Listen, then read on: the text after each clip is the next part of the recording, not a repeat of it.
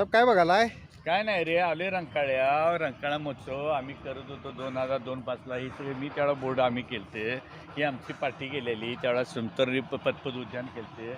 बघितली पार्टीची अवस्था म्हणून मी सांगतोय, पुतळं बितळं नको, नावं बिवं नको बाबा.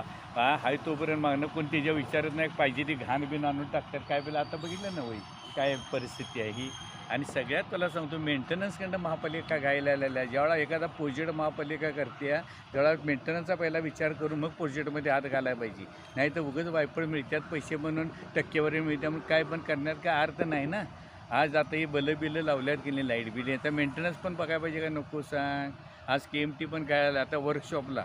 आता ही माणसं माणसं भरायची झाली, ही तर खाजगीकरण करायचं यांच्या डोक्यात चालू आहे. आता त्या वर्कशॉपला तुला सांगतो, माझ्या वेळा 40 डंपर होती, 8-9 JCP होती, 13 रोलर होती, अनेक टँकर 10-12 होती. आज काय परिस्थिती आहे, एक आहे. तेवढी जर यंत्रणा असती, तेवढी माणसं कामाला लागली असती, तेवढ्या लोकांचा रोजगार मिळाला असता. आता आज तो इथला लक्ष्मी ह्याच्या बसला, टॉकीज बसला पार्किंगचा, खाजगीकरण करायला लागल्यात. का खाजगीकरण करायचं? आज तुम्हाला सांगतो, माणसं आपली महापालिकेनं राबविली तर काय चालत नाहीत. माणसं नाहीत कॉन्ट्रॅक्ट बेसिसवर घ्यायची माणसं. ॲडव्हान्स कॅमेरा आला, CC कॅमेरा आला, तेवढा उत्पन्न वाढलं, तेवढी लोक राबतील, तेवढे नगरसेवकांची काय गल्ली भागातली माणसं 5-10 लागतील. तर त्यात मी म्हणतो की ह्याच्यावर कॉन्ट्रॅक्ट बेसिसवर घ्यायचं, राहून दे तिकडे. खाजगीकरणला देऊन मग सगळंच खाजगीकरण करायला महापालिका पण खाजगीकरण करायला जावं ना. मग कशाला ह्याच नाही तर पैसे भागवायचं. आणि मेंटेनन्स नाही, काय नाही, कुठलीही गोष्ट. आता हॉकी ग्राउंडला पण मी बोलतो त्यासाठी माप चांगला झाला ग्राउंड, पण वर्षाला 15 लाख मेंटेनन्स करतात. त्यासाठी ते गाळं करून द्या. मी लागलेलो म्हणून का मेंटेनन्स. आता प्रत्येक बागेत तुला सांगतो 10-12 केबिन केले असते तर 5-5 हजार 10-10 हजार किती झालं, महिन्याला 2 लाख आलं, वर्षाचं 24, त्यातनं मेंटेनन्स होत नाही.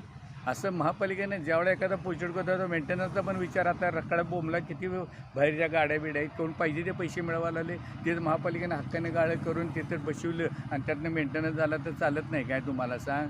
महापालिकेच्या दुसऱ्याने केबिन बसवलेलं चालतात, पण महापालिकेच्या हिने बसवलेलं चालून उत्पन्न केलेलं चालत नाही. यांना इच्छाच नाही, मार्ग नाही. नुसता पगार खायचा, वेतनं 8वा वेतन 7वा वेतन पाहिजे म्हणायचं. आता तुला सांगतो ना, आजच बोंबावलं मी की ड्रेसवर किट घालताना नसणे लाज वाटते, कार्ड घालताना लाज वाटते. महापालिकेचं 8वा वेतन पाहिजे, पगार पाहिजे, सगळ्या सुविधा पाहिजेत, पण ते कार्ड आणि ते आपला ड्रेस घालायला काही लाज आलेल्या. तरी आज त्यांना आदेश दिल्यात वाटतं. काय बरं वाटते ना, ज्याचं खाते त्याचं. त्यासाठी मी बोललो आज रंकाळा, आम्ही किती रंकाळा महोत्सव इथं काय काय करत होतो. आज वाईट वाटली, बोर्ड बघितले, आज वाईट परिस्थिती.